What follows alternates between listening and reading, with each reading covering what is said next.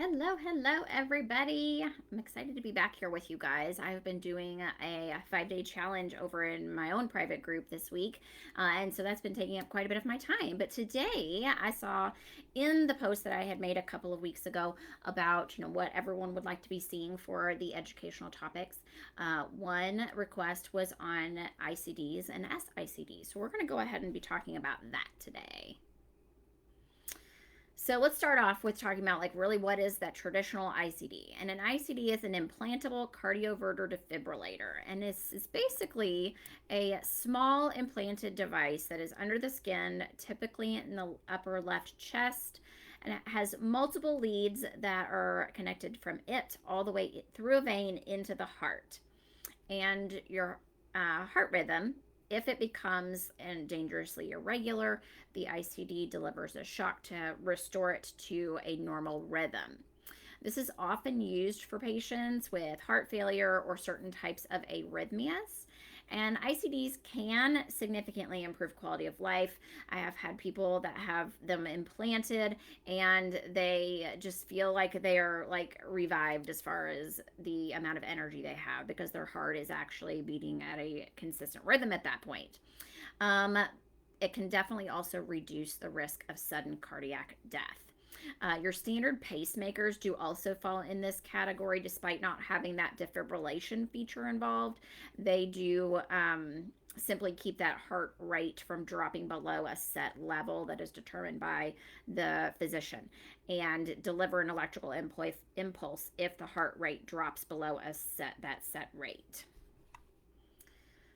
So here is just a little picture of kind of how that pacemaker works specifically. Again, it's in that left upper chest. It has the leads that go through the vein into the top chamber of the heart, the right atrium, and then also kind of feeds down into the ventricles too.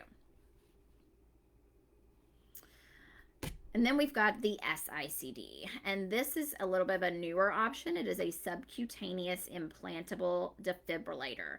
And this device is also implanted under the skin, typically again on the left upper chest. But in this case, there are no leads that are inserted into the heart. It does monitor your heart rhythm with an electrode sensor that is on the device, and it does deliver a shock if necessary to help correct a very specific type of rapid heart rhythm, which these particular devices are generally designed to treat ventricular fibrillation, or VF, as well as potentially a rapidly beating ventricle or ventricular tachycardia, or VT. There are a couple of complications, common issues that you could experience with this. Of course, infection is always an option anytime you have anything implanted, right? With these, the ICD specifically, for those traditional ICDs, you've got the leads can go bad, have problems with those lead wires. Also, with either option, device failure and shock therapy are a couple of those complications. So the shock therapy, it's more so that if the implanted device does have to deliver a shock to your heart, it can be very unsettling type of sensation. You may not even realize that it's getting ready to happen, and then all of a sudden your chest is jolting, right? And so a lot of people can develop anxiety, fear around that. And so talking to some people about those emotions and really handling that helps out with that aspect of things.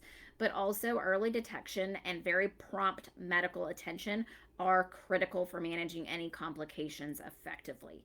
So if you do think that the area around the incision where they implanted the device is infected, it's going to be like red, maybe like crazy hot, not just warm, but like on fire skin, and red, maybe even oozing some fluid as well.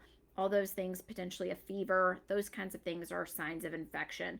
Now, it's not just going to necessarily be right there at the surface where the device is implanted right under the skin. You could end up having other issues with infection elsewhere along the line if you have the kind that has leads with it. But so in those cases, if it's not right there on the skin, things like increased pain in the area, and fever are going to be a couple of your best options for checking that out. But no matter what issues you're having, you feel like anything is wrong, definitely be seeking that medical attention very quickly. So, for most patients, they can resume normal activities, work, exercise, hobbies after a reasonable recovery period.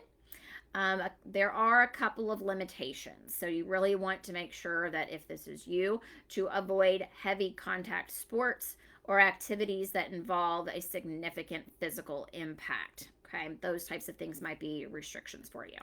Also, you do want to make sure that you are avoiding magnetic fields, specifically those found in MRI machines. So, let's say you go to the emergency room and you've got something completely different going on, and they're like, well, let's go ahead and do an MRI. You say, excuse me, nope, can't do that. I've got a pacemaker or a defibrillator or an ICD, S-ICD, whatever, implanted. Very frequently, they will also give you like a little ID card that has what type of device you have implanted.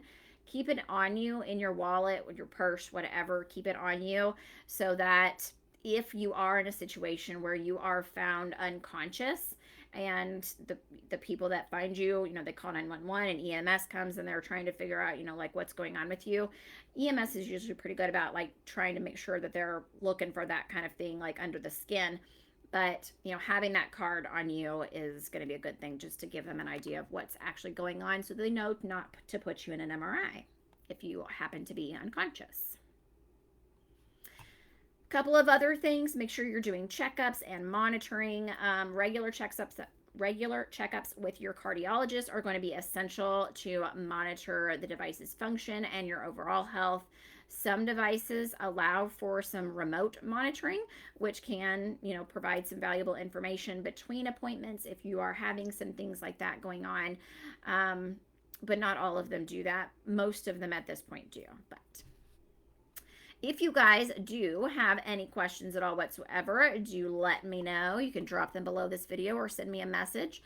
If we are not already friends on Facebook, please do drop below that you are sending me a message just so that I know to look for it. All right.